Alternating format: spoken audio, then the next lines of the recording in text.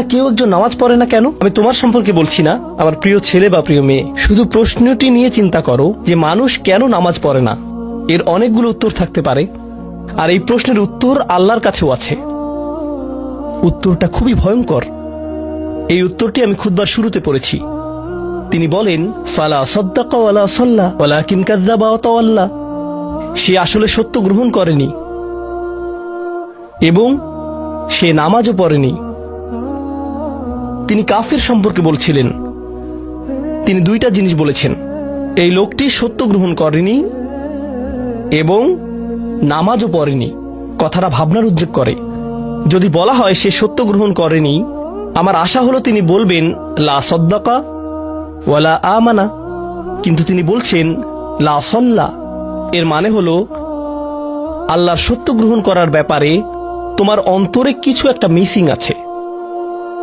না না না, বাচ্চাটা বলে আমি আল্লাহকে বিশ্বাস করি, আমি মুসলিম। হ্যাঁ, তুমি এখানে মুসলিম, তোমার মাথায়।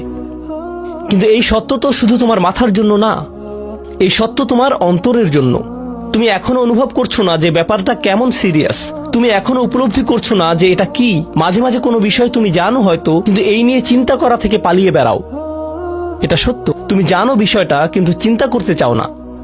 আর তাই এটা যেহেতু মিসিং, ঠিক এই কারণে আমি সহজেই নামাজের কথা ভুলে যাই কখনো কখনো, এবং তুমিও ভুলে যাও কখনো কখনো। এমনটা ঘটে কারণ আমাদের অন্তর কিছুটা বিভ্রান্ত হয়ে পড়ে। দিনের এই সত্যতা, আল্লাহকে সেই সত্যটা, সেই অকাট্য সত্যটা আমাদের মস্তিষ্কের পেছনের কোনো একটা সেলফে গিয়ে পড়ে থাকে। আমরা অন্য কিছুতে ব্যস্ত হয়ে পড়ি এবং এই নিয়ে আর চিন্তা করি না। আল্লাহ এটাই বলেছেন। সুতরাং তোমার নামাজ পড়া আল্লাহর প্রয়োজন নেই। এমনকি তুমি যদি নামাজ পড়ো, আমি পড়তে বলছি এই কারণে, তখন কি করো? নামাজের জন্য কিভাবে নিয়ত করো? তখন আমি 4 রাকাত নামাজ পড়বো, দাঁড়ালাম, কারণ আমার আব্বা বারবার পড়তে বলছেন। আল্লাহু আকবার।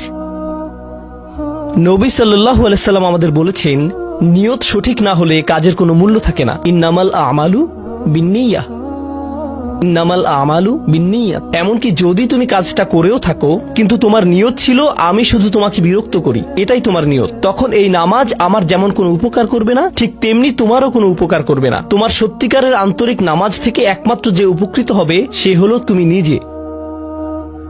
এখন এটাই সেই প্রশ্নের উত্তর যে কেন একজন মানুষ নামাজ পড়ে না।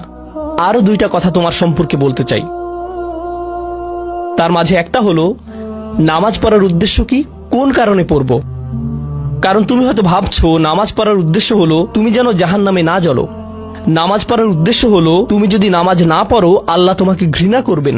নামাজ পড়ার উদ্দেশ্য হলো তুমি যদি নামাজ না পড়ো তুমি শাস্তি পাবে, অথবা তুমি আর মুসলিমই থাকবে না, ফেরেশতারা তোমাকে অভিশাপ দিবে।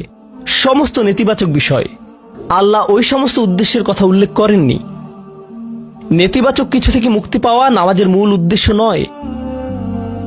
নামাজের মূল উদ্দেশ্য হলো ইতিবাচক কিছুর দিকে ছুটে চলা, এটাই নামাজের উদ্দেশ্য। এমন 2 ছাত্রের মধ্যে পার্থক্য যেন একজন লেখাপড়া করে যেন সে ফেল না করে, আর অন্যজন লেখাপড়া করে কারণ সে ওই সাবজেক্টটা পড়তে ভালোবাসে। একজন ছাত্র পড়ালেখা করছে পজিটিভ কিছুর জন্য, আর অন্যজন পড়ালেখা করছে কারণ সে এমন কিছু থেকে বাঁচতে চাচ্ছে যা নেগেটিভ। একজন কর্মচারী তার চাকরিটাকে দারুণ ভালোবাসে, আর অন্য একজন কর্মচারী শুধু চায় সে যেন চাকরিটা না হারায়। তারা একই চাকরি করছে, একেবারে অভিন্ন চাকরি, কিন্তু একজন চাকরিটা করতে পেরে কি যে খুশি, কত যে আনন্দ তার, আর অন্যজন খুবই হতাশ, সবসময় মনমরা ভাব। কেন? কারণ তাদের একজন এটা করছে ক্ষতিকর কিছু থেকে মুক্তি পাওয়ার জন্য, আর অপরজন এটা করছে উপকারী কিছুর দিকে ছুটে চলার জন্য। আল্লাহ কোরআনে যখন আমাকে নামাজ সম্পর্কে বলেছেন যে কেন আমাদের নামাজ পড়া দরকার, তিনি মুসা আলাইহিস সালামকে এই উত্তরটা বলে দিয়েছেন। যখন তিনি তার সাথে সাক্ষাৎ করেছিলেন তিনি বলেছেন, আকিমিস সলাতা লিযিকরি, আর আমাকে স্মরণ করার উদ্দেশ্যে নামাজ কায়েম করো। তোমার নামাজ ঠিক রাখো যেন তুমি তোমার রবকে স্মরণ করতে পারো। আমি তোমাকে ইতিমধ্যে বলেছি যে তোমার আমার সম্পর্কটা খুবই সীমিত, কিন্তু তোমার সাথে আল্লাহর সম্পর্কটা অনেক আগে থেকে শুরু হয়েছিল, আর তার সাথে তোমার এই সম্পর্কটা অনন্তকাল ধরে বলবৎ থাকবে। তাই সেই সম্পর্কটির কথা স্মরণে আনা আবশ্যক, কারণ ভালো যত কিছু তোমার কাছে আসে তা আসে ওই সম্পর্কটা থেকেই। সামান্য কিছু ভালো জিনিস তোমার বাবার কাছ থেকে আসে, কিছু কিছু ভালো জিনিস, কিন্তু সকল ভালো জিনিস যা তোমার কাছে আসে তা আসে একমাত্র ওই সম্পর্কটির কারণে, যদি তুমি চাও সকল উপকারী জিনিস তোমার জীবনে অবস্থান করুক, তখন তোমাকে অবশ্যই তার কথা স্মরণ করতে হবে, যার নিকট থেকে সকল কল্যাণের আগমন ঘটে, যার নিকট থেকে সকল নিয়ামতের আগমন ঘটে, সকল রিজিকের আগমন ঘটে, সকল হেদায়েতের আগমন ঘটে। আর তাই আল্লাহ বলছেন, সর্বোত্তম যে উপায়ে তুমি এটা করবে তা হলো নামাজের মাধ্যমে তুমি আমাকে স্মরণ করবে। এজন্যই তোমার নামাজ পড়া দরকার। আচ্ছা, পরিশেষে এজন্যই তোমার এটা করা উচিত। কিন্তু তুমি এটা করছো বলেই সঠিক নিয়ত সহকারে আল্লাহ বলছেন, কেবল এখানেই শেষ নয়, এর কিছু উপকারিতাও আছে। কিছু ভালো জিনিস তোমার পথে আসবে যখন তুমি সত্যি সত্যি আল্লাহকে স্মরণ করবে। যখন তুমি আল্লাহকে স্মরণ করবে যেভাবে তিনি চান সেভাবে, আর যে উপায়ে তিনি চান তা হলো এই নামাজগুলোর মাধ্যমে।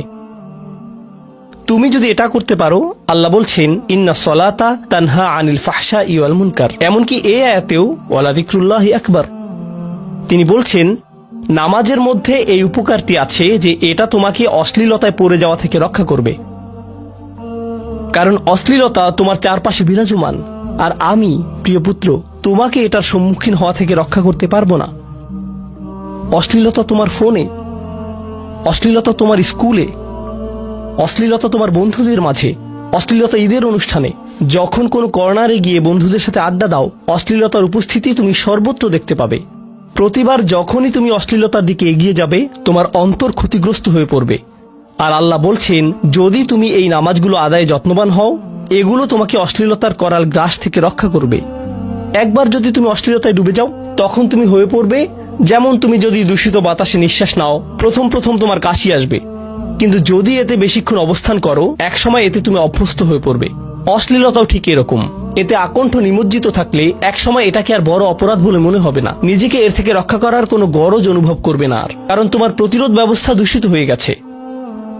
এরপর তুমি এমনকি আরো বিষাক্ত আচরণের জন্য প্রস্তুত হয়ে যাবে, এমনকি আরো জঘন্য বিষয় ওয়াল মুনকার, এমনকি আরো ঘৃণ্য কাজও তোমার দ্বারা সম্পন্ন হয়ে যেতে পারে। অধঃপতনের অতল গহ্বরে হারিয়ে যাওয়া থেকে এই নামাজগুলো তোমাকে রক্ষা করবে। এই জন্যই তোমার নামাজ পড়া দরকার।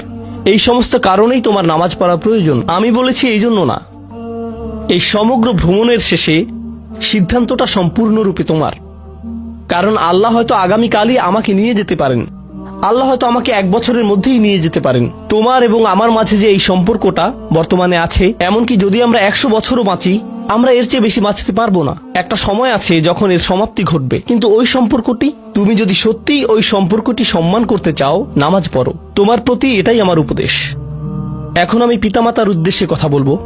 এটা হবে ছোট্ট একটা রিমাইন্ডার আমার জন্য এবং আমাদের সবার জন্য, আমাদের পিতামাতাদের জন্য। সন্তানাদি আল্লাহ প্রদত্ত একটা নিয়ামত।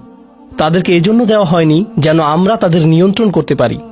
যত বেশি আমরা তাদেরকে নিয়ন্ত্রণ করতে চাইব, তত বেশি হতাশ হব সকল অবস্থাতেই।